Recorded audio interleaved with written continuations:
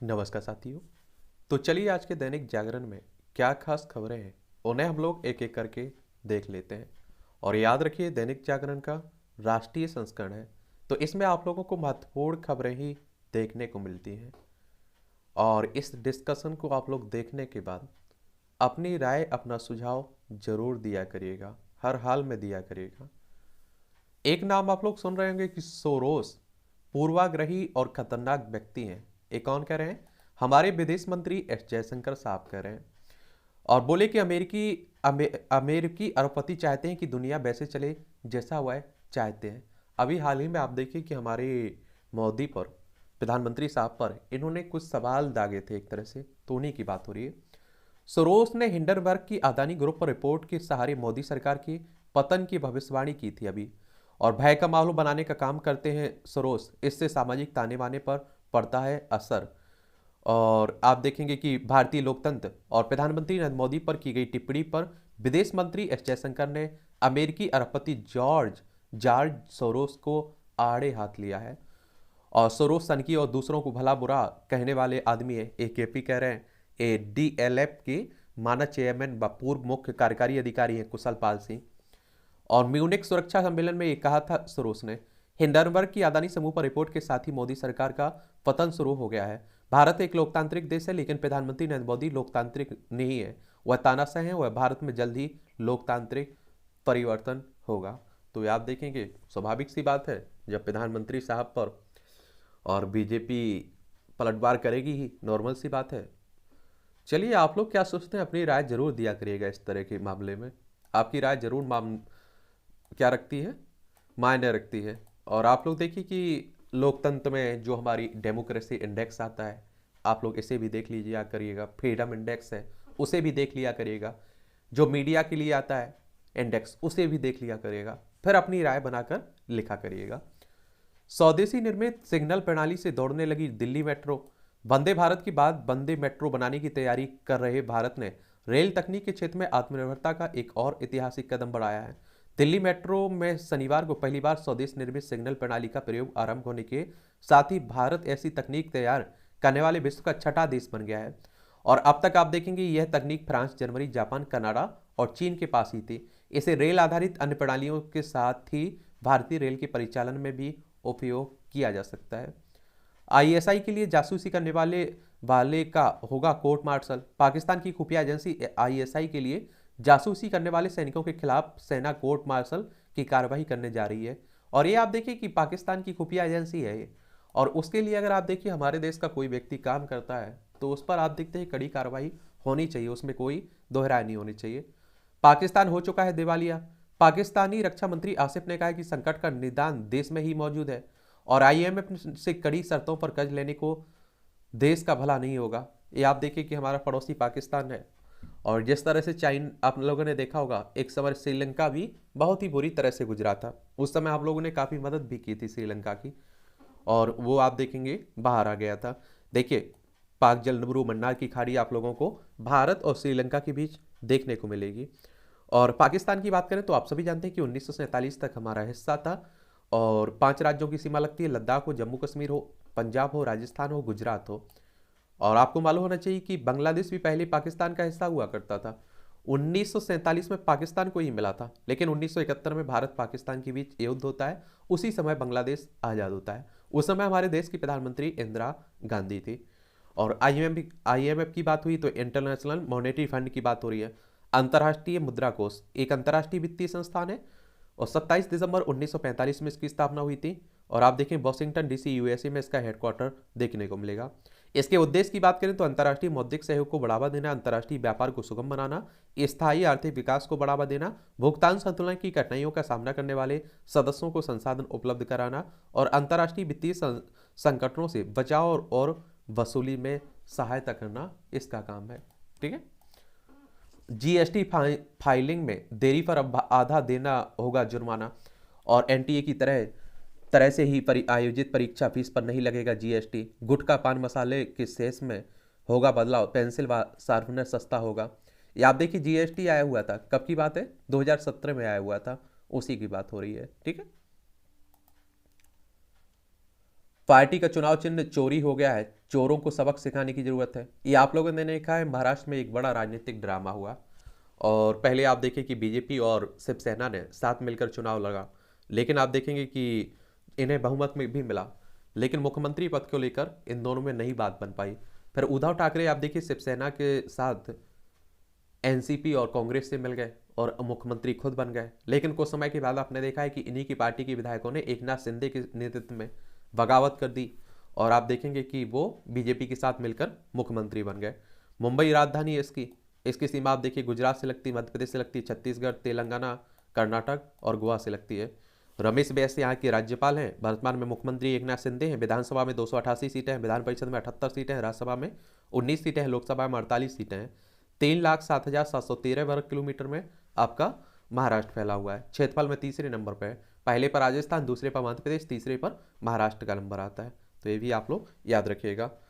और अगर आप लोग देखिए शिवसेना की अगर हम लोग बात करें ना, किसकी, शिवसेना की, तो ये आप देखेंगे कि कब हुआ था इसका, 1966 में इसकी स्थापना हुई थी। ये भी आप लोग याद रखिएगा। और देखिए जब 2/3 सदस्य अगर अलग होते हैं ना पार्टी से या पार्टी पर कब्जा करते हैं तो उनकी सदस्यता रद्द नहीं होती है। ये भी आप लोग याद रखिएगा। जो 52वां आप लोग संविधान संशोधन देखते हैं ना, 1985 में हुआ था, 10वीं अनुसूची जोड़ी गई थी दल बदल को रोकने के लिए। सेवानिवृत्त होने के बाद जजों को नहीं दिया जाएगा कोई पद। ये आप देखिए अच्छी बात है, क्योंकि आप लोगों को मालूम होना चाहिए कि इस तरह के अगर पद मिलते हैं, और आप देख रहे हैं कि आजकल तो राज्यसभा सदस्य और कई पद मिल रहे हैं, तो कहते हैं कि उनकी निष्पक्षता भी पर भी सवाल खड़े होते हैं। पहले भी राज्यसभा सदस्य बने हैं हमारे देश के जज। अब आप देखिए, अगर आप सोचिए कि सरकार के पक्ष में आपने कोई फैसला दे दिया और आगे चलकर आपको राज्यसभा सदस्य मिल जाता है या कोई भी सदस्यता मिल जाती है, कोई भी पद मिल जाता है, तो ऐसा मान लिया जाएगा कि आपने सरकार के पक्ष में फैसला जानबूझ के दिया था। तो वही सब करने की बात हो रही है। यूजी व पीजी कोर्सों में सीईओईटी से ही दाखिला विश्वविद्यालय कह रहा है। विश्वविद्यालय अनुदान आयोग ने देश भर में सभी विश्वविद्यालय उच्च शिक्षा संस्थानों से कहा है कि अपने सभी अंडर ग्रेजुएट और पोस्ट ग्रेजुएट में सीयूटी यानी कि कॉमन यूनिवर्सिटी टेस्ट एंट्रेंस के माध्यम से दाखिले देने का अनुरोध किया है। सिसोदिया से आज फिर होगी पूछताछ। ये आबकारी जो घोटाले की बात हो रही है दिल्ली में, आप सभी जानते हैं कि एक शराब घोटाला आया है की बात हो रही है, शराब नीति आई हुई थी। और नई दिल्ली इसकी राजधानी है। अरविंद केजरीवाल यहाँ के मुख्यमंत्री हैं। वी.के. सक्सेना उपराज्यपाल हैं। विधानसभा में आप देखेंगे आपकी कितनी सीटें, 70 सीटें हैं। राज्यसभा में आपकी 3 सीटें हैं, लोकसभा में 7 सीटें हैं। तो यहीं आप देखेंगे मनीष सिसोदिया यहाँ के उप मुख्यमंत्री हैं और शिक्षा मंत्री भी हैं। सीबीआई ने 11 बजे पेश होने को कहा। 3 दिन पहले हुई थी सत्येंद्र जैन से पूछताछ। सिसोदिया ने किया ट्वीट, घर पर रेड और बैंक लॉकर की तलाशी में भी कुछ नहीं मिला और घोटाला नहीं हुआ तो नीति वापस क्यों ली गई है। ये आप देखेंगे भाजपा निशाना साध रही हो, बहुत सारे लोग इस पर सवाल खड़े कर रहे हैं। और सीबीआई यानी कि सेंट्रल ब्यूरो ऑफ इन्वेस्टिगेशन की बात हो रही है। नई दिल्ली में इसका हेडक्वार्टर देखने को मिलेगा। 1 अप्रैल 1963 में इसकी स्थापना हुई थी। तनाव कम करने को पाठ्यक्रम कम करेगा आईआईटी बॉम्बे। और पूरा विपक्ष एकजुट हो तो 100 सीटों पर सिमट जाएगी भाजपा, नीतीश कुमार कह रहे हैं। एक बात और आपको बता दूं, ये हकीकत है और इसमें कोई दो राय नहीं है। कांग्रेस को कई बार मुँह की खानी पड़ी, ये आप लोग याद रखिएगा। अभी भी आप देखें कि भारतीय जनता पार्टी को इतना बहुमत मिला, लेकिन उसे 37 से 38% ही वोट मिले। यानी कि कहने का मतलब है 100%, 100 वोटों में से 37-38 वोट उसे मिले। लेकिन बाकी आप लोग कहेंगे कि 62-63% या वोट कहाँ गए, तो ये बट गए। अगर आप सोचिए कि सभी एक होकर चुनाव लड़ रहे होते तो बीजेपी हार जाती, क्योंकि हमारे देश में सबसे ज्यादा जैसे वोट मिलते हैं जिस सदस्य को, वही विधानसभा लोकसभा का चुनाव जीतता है। तो ये आप देखिए, अगर बीजेपी इनका गठबंधन बनता है तो बीजेपी को भारी नुकसान उठाना पड़ेगा, ये भी क्लियर है। लेकिन ये बहुत दूर की कड़ी है। क्या है? बहुत दूर की कड़ी है ये विपक्षी एकता होना, क्योंकि आप देखिए सबका अपना अपना वो भी है, ख्वाब भी है। एलएसी के पास नई रेल लाइन बिछाने की तैयारी कर रहा है चाइना। ये कहाँ की बात हो रही है? वास्तविक नियंत्रण रेखा की बात हो रही है। देखिए लद्दाख की सीमा हिमाचल प्रदेश, उत्तराखंड, सिक्किम और अरुणाचल प्रदेश, 5 राज्यों की सीमा हमारी लगती है किससे? चाइना से। होली से पहले ही छूटने लगेगा पसीना। फरवरी माह में ही लगातार सामान्य से ऊपर दर्ज किया जा रहा है तापमान। माह के अंत तक 32 से 33 डिग्री सेल्सियस पहुंच जाने का आसार है। 1 दशक के दौरान होली पर अधिकतम तापमान, और देखिए आप लोग की मतलब जलवायु परिवर्तन हो रहा है, उसका प्रभाव भी पूरी दुनिया पर देखा जा रहा है। ये आपकी राष्ट्रीय राजधानी दिल्ली से जुड़ी खबरें हैं, तो ये भी आप लोग देखते रहा करिएगा जो महत्वपूर्ण रहती हैं। एम्स को 5 करोड़ रुपए जारी करे केंद्र, हाईकोर्ट कह रहा है दुर्लभ बीमारियों से ग्रस्त बच्चों के लिए। महापौर चुनाव निगम की बैठक 22 को होगी। और ये आप लोगों को मालूम होगा कि दिल्ली में एमसीडी के चुनाव हुए थे, लेकिन महापौर का चुनाव नहीं हुआ है अभी, तो उसी को कोर्ट ने आप देखेंगे कहा है कि जल्दी करवाइए। काम रोकने के लिए छः माह में पीडब्ल्यूडी सचिव बदल देते हैं एलजी साहब। खेलों को बढ़ावा देने के लिए प्ले एंड प्रोग्रेस योजना शुरू की गई है। और अंतर्राष्ट्रीय सूरजकुंड मेले का आज अंतिम दिन है। यहाँ राजधानी में अब ड्रोन से भी मच्छरों पर वार हो रहा है। G20 शिखर सम्मेलन के दौरान होने वाली बैठकों के स्थानों पर भी होगा विशेष जोर। और देखिए G20 की अगर हम लोग बात करें ना, तो आप लोगों को एक और बात मालूम होना चाहिए। G20 यानी कि ग्रुप ऑफ 20 की बात हो रही है। और इसकी स्थापना की बात करें तो 26 सितंबर 1999 में इसकी स्थापना हुई थी। और इसमें इसका उद्देश्य देखें तो वैश्विक अर्थव्यवस्था में प्रमुख मुद्दों पर चर्चा करने के लिए व्यवस्थित रूप से महत्वपूर्ण और औद्योगिक और विकासशील अर्थव्यवस्थाओं को एक साथ लाना इसका उद्देश्य है। 20 सदस्यों में अर्जेंटीना, ऑस्ट्रेलिया, ब्राजील, कनाडा, चीन, France, Germany, Bharat, Indonesia, Italy, Japan, Mexico, रूस, सऊदी अरब, दक्षिण अफ्रीका, दक्षिण कोरिया, टर्की, यूनाइटेड किंगडम, संयुक्त राज्य अमेरिका, यूरोपीय संघ आप लोगों को देखने को मिलेगा इसमें। आधार में छात्रों का बायोमेट्रिक्स अपडेट कराने का स्कूल को निर्देश दिया गया है। नाप दीजिए और 10 मिनट में पसंद का लाख वाला बन जाएगा। और ध्यानचंद स्टेडियम में आदि महोत्सव में उपलब्ध एक से बढ़कर एक उत्पाद खरीद सकते हैं। औषधियाँ, हस्तशिल्प, कई तरह की पेंटिंग और आभूषण भी। चलिए, यह भी खास है। असम का मुगा सिल्क, भेखला, गमोसा, विभिन्न राज्यों के आभूषण मोती की खेती से भी सीख सकते हैं। और बांस से बनी पानी की बोतलों, काफ़ी मग, मोटे अनाज से बने उत्पाद भी आप लोग यहाँ देखेंगे। चलिए, अखबार की लुगदी पर पेंटिंग। और झारखंड के खूंटे जिले की उर्मिला सिंह व सरस्वती देवी की कारीगरी खींच रही है सबका ध्यान।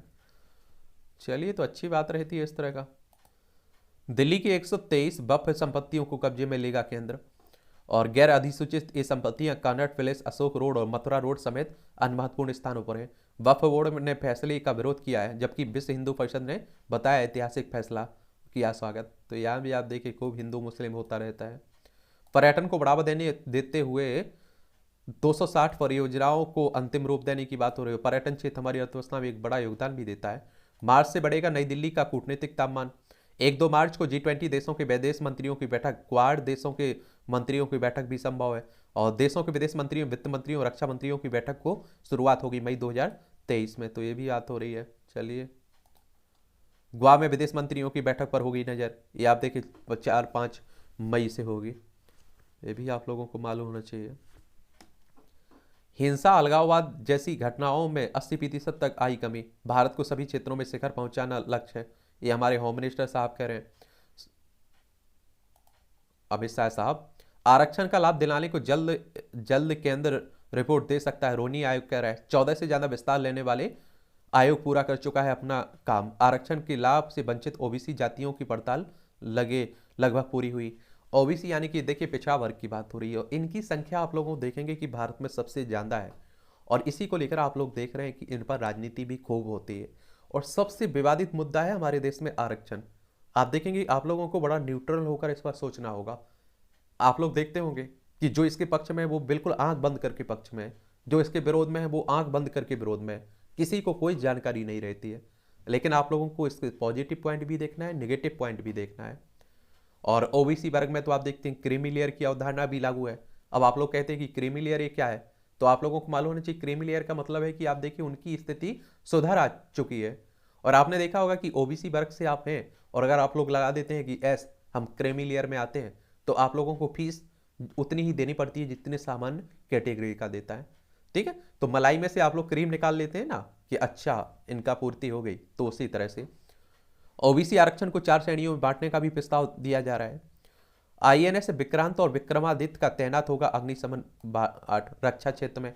किसानों की खेती के साथ व्यवसाय का भी मिलेगा अवसर, चौधरी कह रहे हैं। और एक आप देखिए केंद्रीय कृषि और किसान कल्याण राज्य मंत्री हैं कैलाश चौधरी। फतेहाबाद में स्थापित होगा परमाणु संयंत्र, हरियाणा के फतेहाबाद जिले में।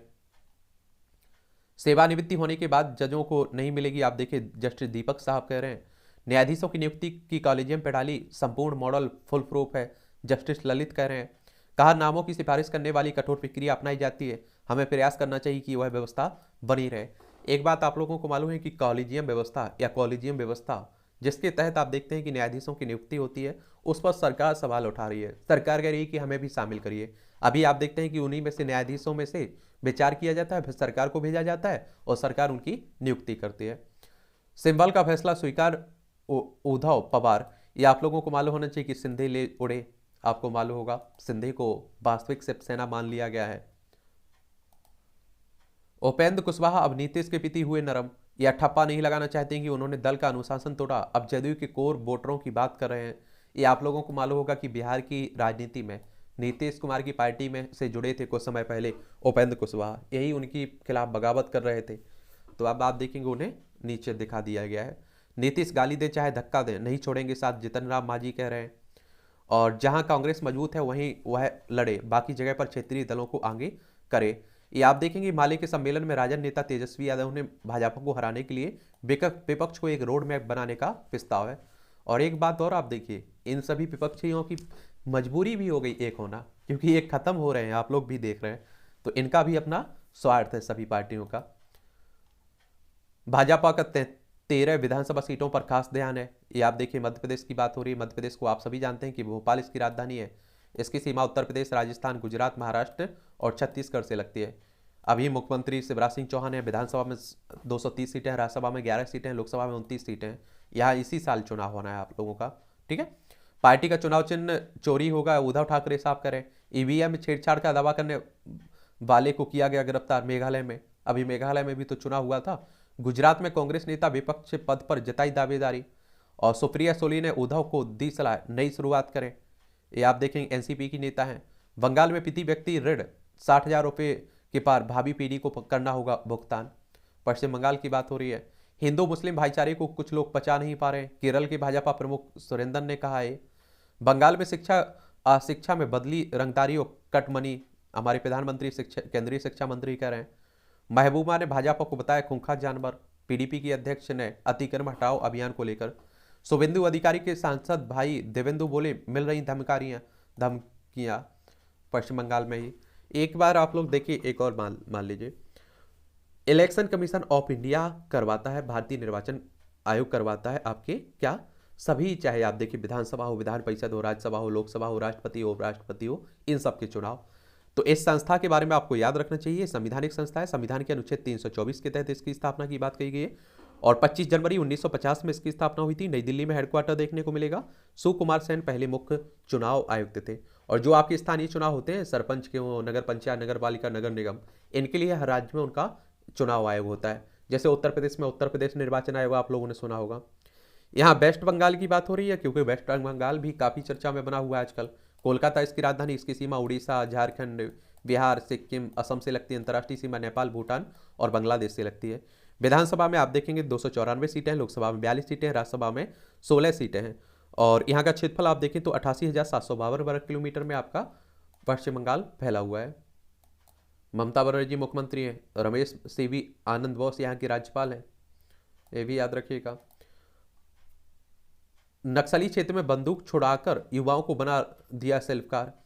और गोल्डन बुक और लिम्बा बुक में वंदे मातरम कीर्ति, ये आप देखिए पद्म पुरस्कार से सम्मानित हुए हैं ना अजय कुमार मंडावी, तो इन्हीं की बात हो रही है। अच्छी बात है। आप देखेंगे भागवत की बैठक में गाय गंगा व पर्यावरण संरक्षण का संदेश, ये आप देखें मोहन भागवत साहब की बात हो रही, आरएसएस के प्रमुख हैं। राष्ट्रीय स्वयंसेवक संघ की बात कर रहा हूँ। और आप देखते हैं हिंदू राष्ट्र हिंदुत्व की बात करता है ये संगठन।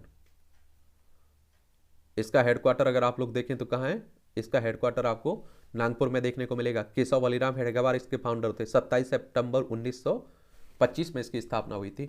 दक्षिण अफ्रीका से आए 12 और चीते, अब पूनों में इनकी संख्या हो गई 20।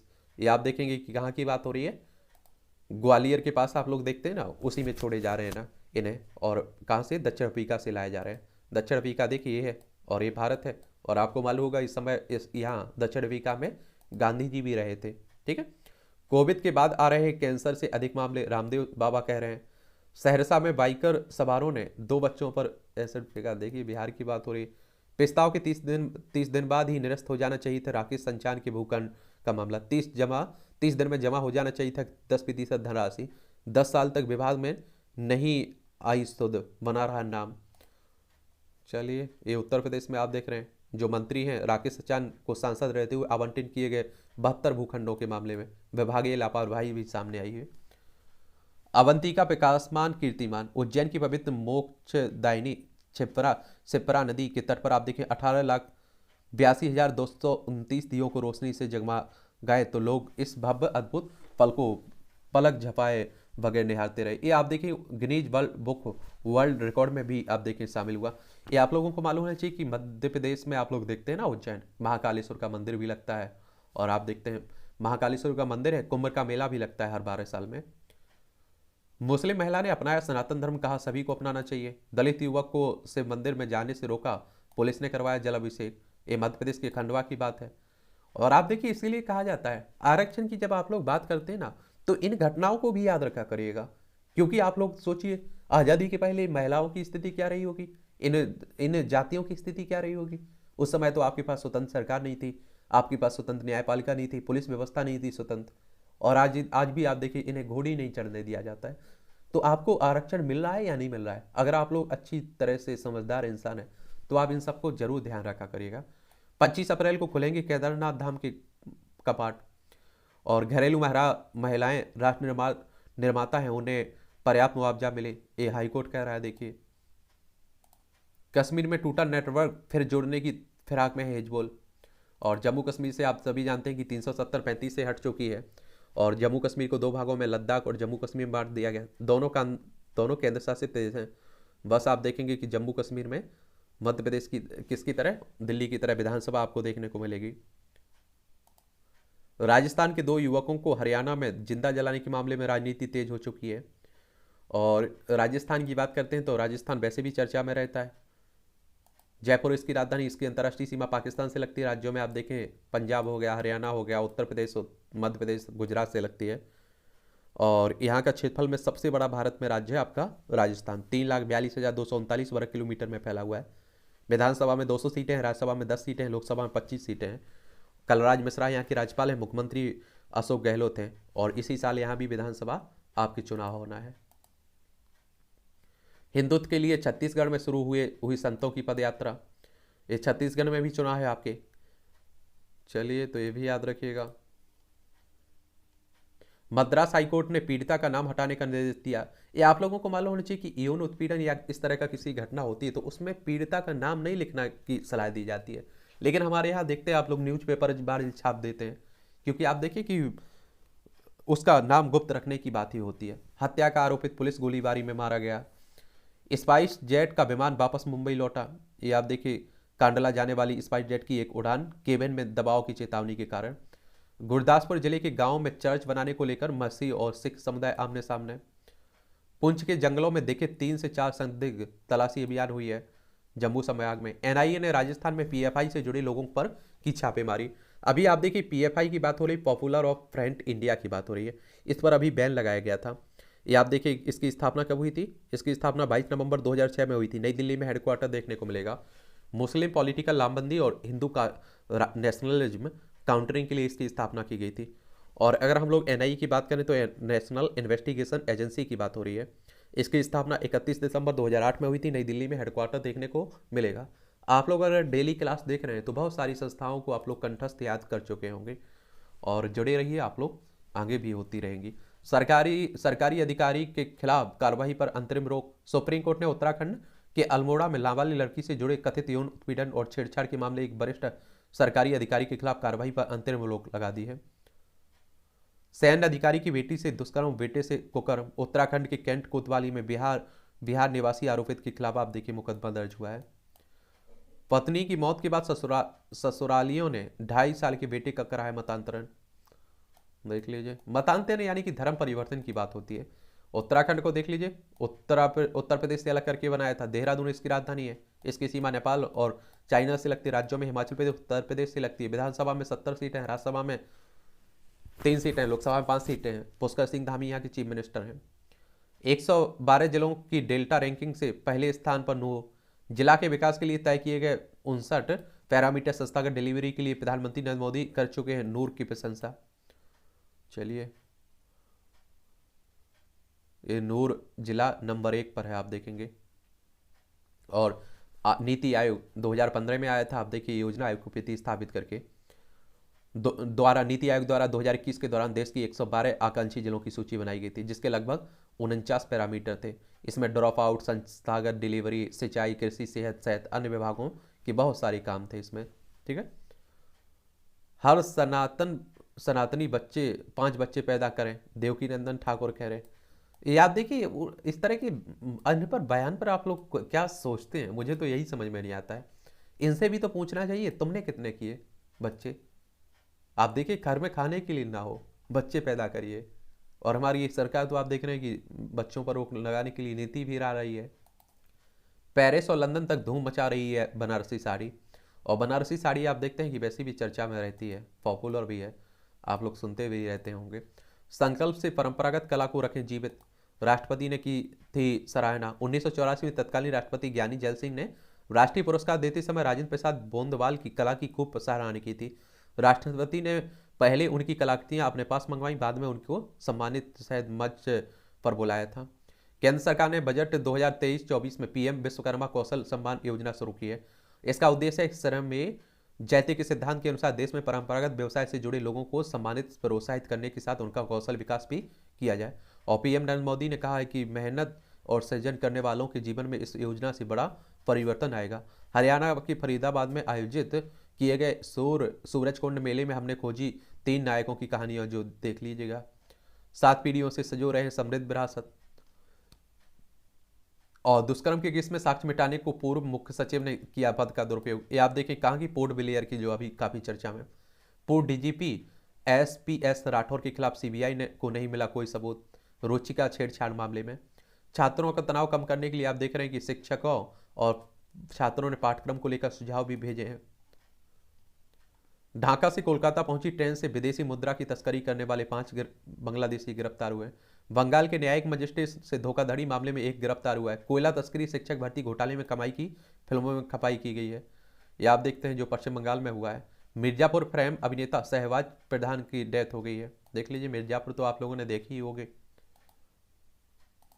ये आप लोगों को देखना चाहिए, ये संपादकीय पार्ट है, एडिटोरियल का पार्ट है। ये आपको प्रीलिम्स हो, मुख्य परीक्षा हो, इंटरव्यू हो, हर जगह आपको मदद देते हैं और काफ़ी आपको जनरल नॉलेज की जानकारी भी मिलती है। और जो महत्वपूर्ण एडिटोरियल रहते हैं उन्हें भी हम फेसबुक पेज पर डाल देता हूँ, तो वहाँ से जाकर पढ़ लिया करिएगा। एयर इंडिया की ऊंची उड़ान।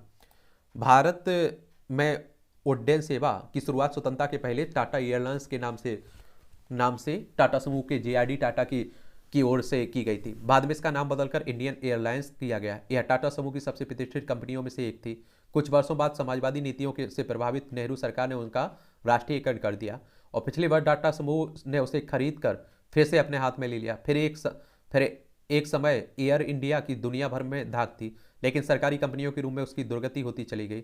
इस दुर्गति की मिसाल मिलना कठिन है। एक के बाद एक सरकारों ने एयर इंडिया का जमकर दोहन किया। चूंकि अन्य सार्वजनिक उपक्रमों की तरह एयर इंडिया में भी आवश्यकता से अधिक लोगों की भर्तियां की गई, इसलिए उसकी हालत खस्ता हो गई। और हालांकि समय समय पर सरकारों ने इसकी दशा सुधारने के लिए जतन किए और इस क्रम में करोड़ों रुपए खपाए गए, लेकिन उन्हें सफलता नहीं मिली। एयर इंडिया की दशा सुधारने के लिए उसमें इंडियन एयरलाइंस के विलय का भी कदम उठाया गया, लेकिन उससे भी बात नहीं बनी। इसके बावजूद नए विमान की खरीद का सिलसिला कायम रहा और इससे एयर इंडिया का घाटा और बढ़ा। आखिरकार उसने निजीकरण की पहल शुरू की और यह पहल इसलिए करनी पड़ी क्योंकि इस जैसे जैसे निजी एयरलाइंस आती है, सरकारी कंपनियों के तौर पर एयर इंडिया की हालत बिगड़ती गई। एक तो उसका संचालन आर्थिक नियमों के तहत नहीं किया जा रहा था और दूसरा उसमें उस सेवा भाव की कमी थी जो सेवा क्षेत्र की किसी कंपनी में होना चाहिए। ना तो एयर इंडिया के विमानों का रखरखाव अच्छा था और ना ही वह यात्रियों को अपेक्षित सुविधाएं देने में समर्थ थी।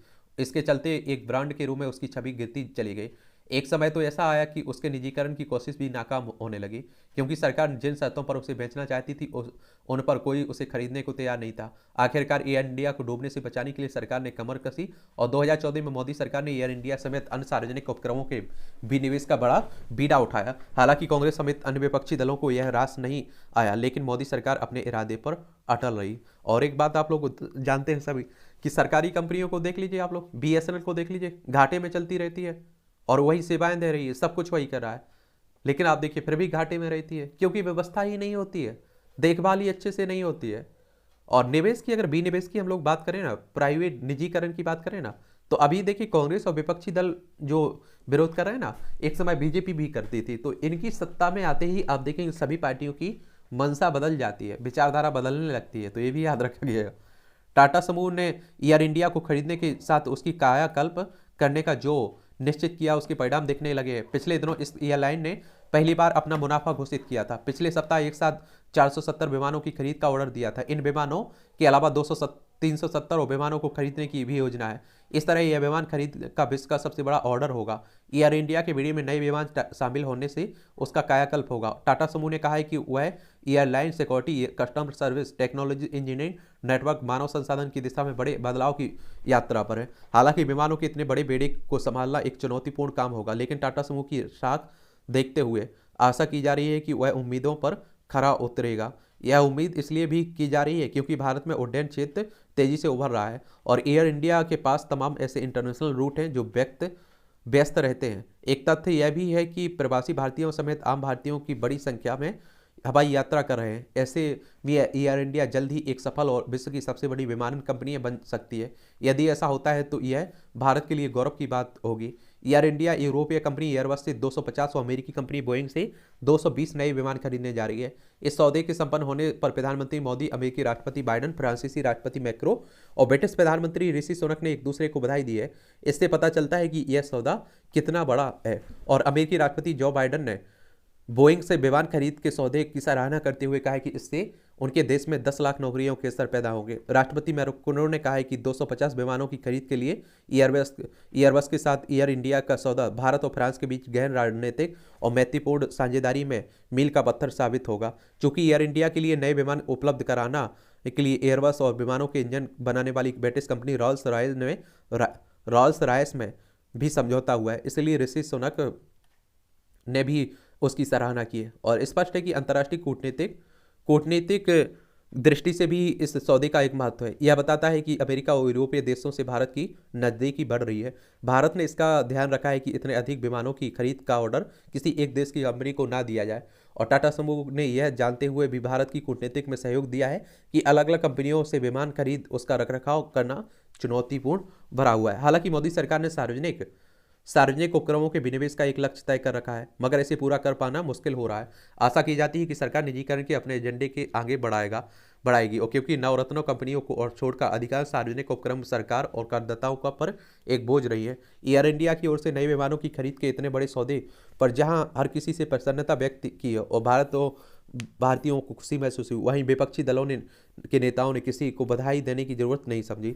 पता नहीं कि ऐसा क्यों हुआ, लेकिन इसकी अनदेखी नहीं की जा सकती है कि इन दिनों कांग्रेस समेत कई विपक्षी दल वामपंथी सोच से ग्रस्त हैं और वे निजी कंपनियों को फलते फूलते हुए नहीं देखना चाहते। कांग्रेस लगातार आप देख रहे हैं कि कहती आ रही है कि मोदी सरकार सार्वजनिक उपक्रमों को बर्बाद कर रही है। उसे एयर इंडिया की सफलता की कहानी पर ध्यान देना चाहिए और भी अच्छा होगा वह वामपंथी सोच से बाहर निकले, अन्यथा भारतीय उद्योग जगत उस पर अपना भरोसा खो देगा। और एक बात आपको मालूम होगी, ये तो आप देखेंगे इनके लेखक साहब के विचार हैं, आप लोग क्या सोचते हैं अपनी बात कह सकते हैं आप लोग। लेकिन एक समय बीजेपी जब विपक्ष में थी ना, जीएसटी है ना जो आप लोग देखते हैं 2017 में लागू हुआ, इसका विरोध करती थी। आज आप देखिए उसके लिए अच्छा हो गया। कल आप देखिए कांग्रेस विरोध कर रही है, आज वो जब सरकार में आएगी तो उसके लिए अच्छा होने लगेगा। ये सब नेताओं का चलता रहता है, तो इतना परेशान नहीं होइएगा। चुटकुलों से त्रस्त एक हास्य कवि से मौलिक रचना की अपेक्षा होती है विदूषक और हास्य कवि के बीच अंतर तो होना ही चाहिए। और देखिए घाटे वाले केंद्रीय सार्वजनिक उपक्रम 2000 अगर 21-22 में आप देखेंगे तो 59 और 2015-16 में 79 थी। ठीक है, यहाँ अच्छा कॉलम अग्नि के समान ही मानव शरीर और भीतर भी एक स्वाभाविक ऊष्मा विद्यमान रहती है। चलिए ये भी देख लिया करिएगा। जॉर्ज सोरोस से सावधान, ये आप देखिए जो उन्होंने अभी हमारी सरकार और प्रधानमंत्री साहब पर जो टिप्पणी की है, उन्हीं को लेकर लिखा जा रहा है। भूखंड घोटाला, उत्तर प्रदेश के जो फतेहपुर में आप देखें जो सापा सांसद और वर्तमान मंत्री राकेश सचान से संबंधित जो हुआ है। प्लास्टिक और कार्बन से ईंधन, विज्ञानियों ने प्लास्टिक कचरे और ग्रीन हाउस गैसों को टिकाऊ ईंधन में बदलने वाला एक सिस्टम विकसित किया है। कैम्ब्रिज यूनिवर्सिटी के शोधकर्ताओं ने एक ऐसा सिस्टम विकसित किया है जो सिर्फ सूर्य की ऊर्जा का उपयोग करके प्लास्टिक के कचरे और ग्रीन हाउस गैसों को टिकाऊ ईंधन और अनमूल्यवान उत्पादों में परिवर्तित कर सकता है। नई नई खोजें हो रही हैं।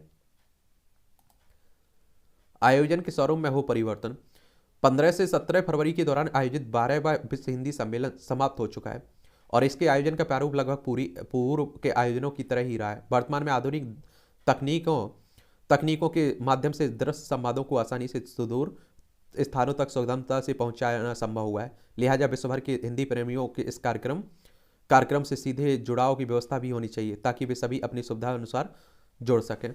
और देखिए हिंदी 12वां हिंदी सम्मेलन है, ये भी आप लोग याद रखिएगा। रख पाओगे या नहीं?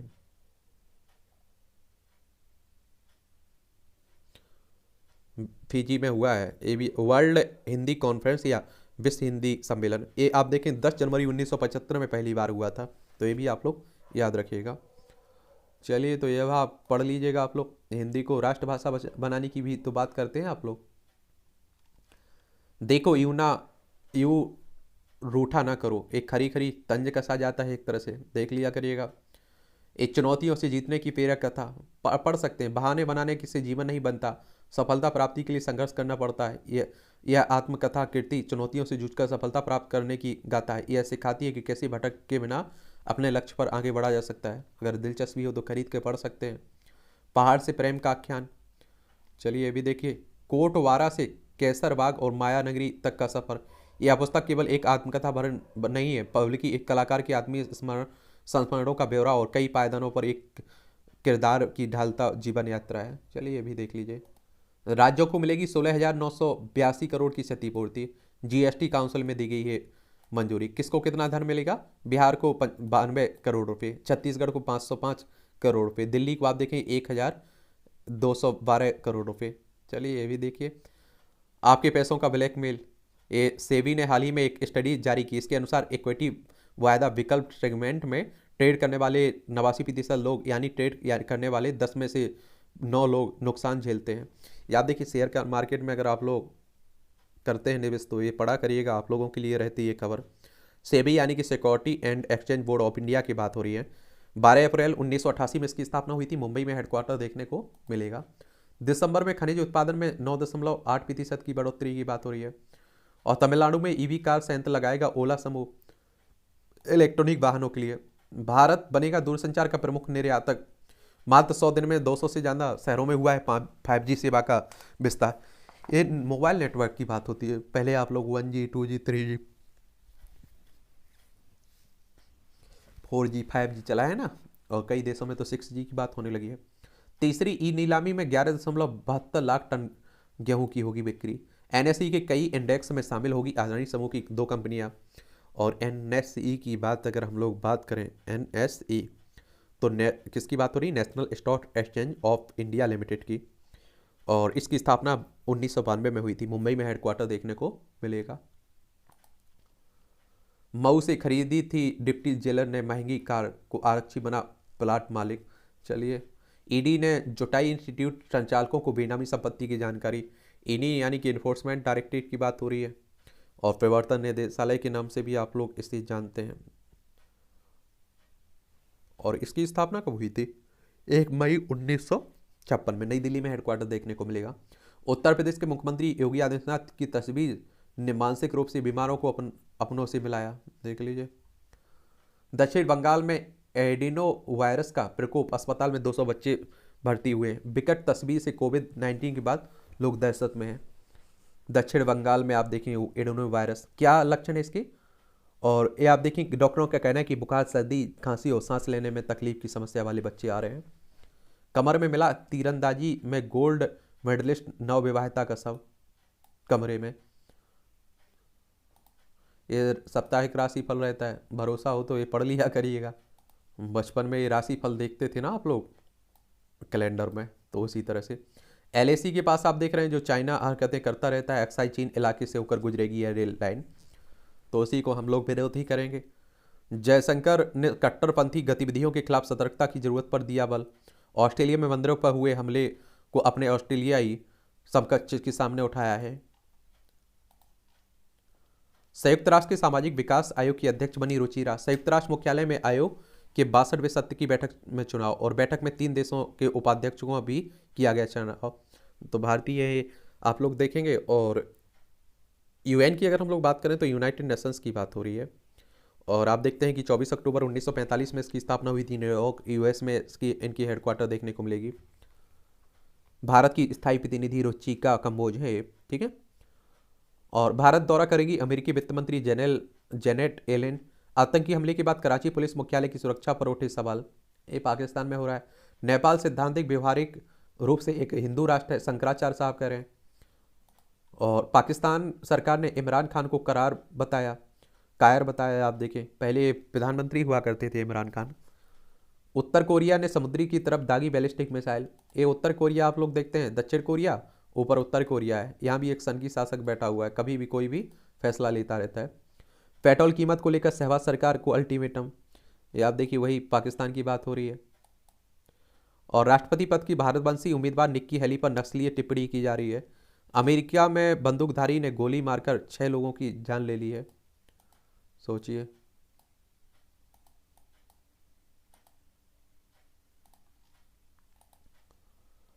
और अफगानिस्तान मंत्रियों ने तालिबान के सर्वोच्च नेता को निशाने पर लिया।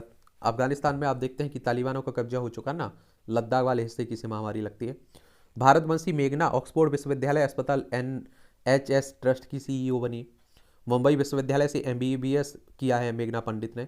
भूकंप से तुर्की में 3.45 लाख अपार्टमेंट हुए ध्वस्त। या आप देखिए, भूकंप का मतलब भूमि का कांपना। अभी हाल ही में आप देखें भूकंप आया था ना तुर्की में, ये तुर्की के नाम से आप लोग जानते हैं, सीरिया में भी आया था। ये हमारा प्यारा भारत है। ये आप देखें खेल का क्षेत्र है, इसका भी एक ओवरव्यू ले लिया करिएगा। और ढहते हुए क्रम का खेवनहार भारत का निचला क्रम। अक्षय अश्विनी की साझेदारी ने उभरा भारत। ऑस्ट्रेलिया ने दूसरी पारी में 62 रन की बढ़त बनाई है। चलिए, क्रिकेट तो वैसे भी हमारे देश में सबसे ज़्यादा पसंद किया जाता है। कुछ क्रिकेटर IPL में नहीं खेलने से परेशान है। T20 लीग ने क्रिकेट को बदला है, ICC के मुख्य कार्यकारी कह रहे हैं। इंग्लैंड से हारी भारतीय टीम महिलाएं। ये आप देखिए T20 में अभी विश्व कप हो रहा है ना, उसी में चीन से हारकर भारतीय चुनौती समाप्त हुई। Asia mixed team badminton championship में तुर्की के भूकंप में घना के फुटबॉलर उस्तों की मौत हुई है, देख लीजिए। आर्सेनल ने एस्टन विला को हराया, लिवरपूल भी जीता। बराड की गेंदबाजी से इंग्लैंड जीत के करीब। और सौराष्ट्र ने बंगाल पर ली बढ़त, देख लीजिए। रणजी ट्रॉफी फाइनल में नागल सेमीफाइनल में हारी। सुमिन नागल की शनिवार को यहाँ सेमीफाइनल में आप देखेंगे कि निकोलस मोरेने की अल्वोरान के हाथों सीधे सेटों में हार से Chennai open ATP challenge tennis tournament की सिंगल ड्रॉ में भारतीय चुनौती समाप्त हो गई है। बच्चों को नक्सली थमाते थे बंदूक, उन्हें बना दिया चैंपियन। ये आप लोगों को 2020 में नारायण में मलखम अकादमी की स्थापना की थी। नक्सलियों की दोहरी मात देने वाली स्पेशल टास्क फोर्स ने की कमांडो मनोज प्रसाद। नक्सली हमारे ही देश के लोग हैं, बस आप देखिए कि ये गलत रास्ता अपनाए हुए हैं। वो कहते हैं कि सरकार पर कम भरोसा करते हैं। क्रिकेट स्टेडियम से लेकर गांव के मैदान तक बेटियों का बोलबाला। और हुनर को एकत्रित कर बेटी ने माँ को बनाया उद्यमी। एक बात और आपको बता दूं, आज के समय में अगर आप लोग सोचते हैं कि कहीं कोई महिलाएं कमज़ोर हैं, लड़कियां कमज़ोर हैं, तो सबसे बड़ी बेवकूफ़ी है। ये खबरें आप लोगों के लिए रहती हैं, देख लीजिए। ये मोटिवेशनल के लिए रहती हैं, और लड़कियों के लिए जो सोचती हैं हम कमज़ोर हैं। जाम की समस्या से कैसे मिले निजात। ये 10 किलोमीटर की दूरी तय करने में किसी शहर में कितना समय लगेगा। 29.10 मिनट का समय लगता है बेंगलोर में। 28.30 मिनट का समय लगता है डबलिन में। चलिए ये भी देख लीजिएगा। सबसे कम जाम नीदरलैंड के 2 शहरों में आप देखेंगे। जहाँ कम समय लगता है वहाँ व्यवस्थाएं भी उस हिसाब से हैं, ठीक है। इन्हें भी पढ़ लिया करिए, यहाँ भी जनरल नॉलेज की जानकारी मिलती है। परीक्षा के पॉइंट व्यू से भी बहुत सारे पॉइंट मिल जाते हैं। अमेरिका में थॉमस एडिसन ने प्राप्त किया था फोनोग्राफिक का पेटेंट। 1878 में आज ही थॉमस एडिसन ने फोनोग्राफ का पेटेंट प्राप्त किया था। फोनोग्राफ मशीन आवाज़ की रिकॉर्डिंग कर उसे वापस प्ले करने में सक्षम था, पहला डिवाइस था। एडिसन ने इसमें सबसे पहले Mary Mary had a little lamb वाल कविता रिकॉर्ड की थी। एडिसन के नाम पर 2332 पेटेंट हैं। देश में पहली बार कंप्यूटरीकृत रेल आरक्षण टिकट की शुरुआत। मैनुअल आरक्षण में हो रही परेशानियों को देखते हुए 1986 में आज ही नई दिल्ली में भारतीय रेल में कंप्यूटराइज आरक्षण प्रणाली शुरू की थी। इसके पहले बुकिंग काउंटर पर रेलवे कर्मचारी रजिस्टर में देखकर ट्रेन में खाली बर्थ की जानकारी देते थे और कंप्यूटरीकरण प्रणाली से लंबी लाइनों से निजात मिली थी।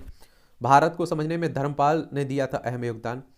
इतिहासकार धर्मपाल का जन्म 1922 में आज ही उत्तर प्रदेश के मुजफ्फरपुर जिले में हुआ था। गांधी जी से प्रभावित होकर स्वतंत्रता आंदोलन से जुड़े 1958 में ग्रामीण विकास के लिए स्वैच्छिक एजेंसियों के संघ के महासचिव बने। पूर्व औपनिवेशिक भारत को समझने के लिए ब्रिटिश और भारतीय अभिलेखाकारों का अध्ययन किया और वर्षों की मेहनत से भारतीय समाज इतिहास का दस्तावेजीकरण किया और भारतीय शिक्षण पद्धति पर लिखी द ब्यूटीफुल ट्री उनकी लोकप्रिय पुस्तकों में से एक थी।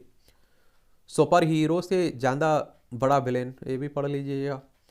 सिगरेट सामान हो या इलेक्ट्रॉनिक, दोनों खतरनाक हैं। धूमपान करने वालों को होने वाली जानलेवा बीमारियां जितना जोखिम ई सिगरेट पीने वालों को भी है। देख लीजिए, लोग कहते हैं ना कि हम छुड़ाने के लिए, सिगरेट छुड़ाने के लिए पी रहे हैं ई सिगरेट, इलेक्ट्रॉनिक सिगरेट। दिल की हरकत को जानना होगा और आसान। आईआईटी के और लक्ष्मीपत सिंघानिया हृदय रोग संस्थान के विशेषज्ञ कर रहे हैं सॉफ्टवेयर पर रिसर्च। मार्च तक पूरा करना होगा टास्क। ये आप लोगों को मालूम होगा कि बहुत सारे लोगों को कम उम्र में ही क्या हो रहा है, हार्ट अटैक आ जा रहा है। अमेरिका में बंगाल टाइगर के शावक को मिला नया घर। देखिए, शराब के सेवन से बढ़ सकता है अल्जाइमर रोग का खतरा। देखिए, ध्यान दीजिए। और इसलिए कक्षा में नहीं पहुंच पाया एक छात्र। नई दिल्ली में एक शिक्षक के लिए अपनी कक्षा को खाली देखते से ज़्यादा पीड़ादायक कुछ नहीं होता है। और इसीलिए अमेरिका की यूनिवर्सिटी ऑफ विस्कॉन्सिन के प्रोफेसर जोसेफ मोलिस के साथ हुआ। उन्होंने ट्विटर पर अपना अनुभव साझा किया है। चलिए, ये आप देखिए, लंदन के समरसेट हाउस में कलाकृति। मुंबई के आर्टिस्ट जितेश कलात की लंदन के समरसेट हाउस में स्थापना। कला बिहोल्ड हियर आफ्टर हियर का ईयर हुआ है। इसे 168 मीटर लंबे बायोडिग्रेडेबल मैस में से तैयार किया गया है। चलिए, खबरें भी देख लीजिए। शिवाजी महाराज के 25 से ज़्यादा रोल ऑफर हुए थे, शरद केलकर कह रहे हैं। भोला के सेट से हर हर महादेव। ये आप देखिए, अभिनेत्रियों के नखरे हैं, वैन से आने में 3 घंटे लेती हैं, थी भंसाली कह रहे हैं। और इस तरह से आप देखेंगे कि आज के न्यूज़पेपर की कहानी ख़त्म होती है। और आप लोग पढ़ते रहिए, एंजॉय करते रहिए। बहुत सारी आप देखिए जो आपके काम की खबरें नहीं थी उन्हें छोड़ दिया है। और भी आप लोग अगर कहेंगे तो और भी आपके हिसाब से ही हम चलेंगे। आप लोग अपनी राय ज़रूर देते रहिएगा, ठीक है।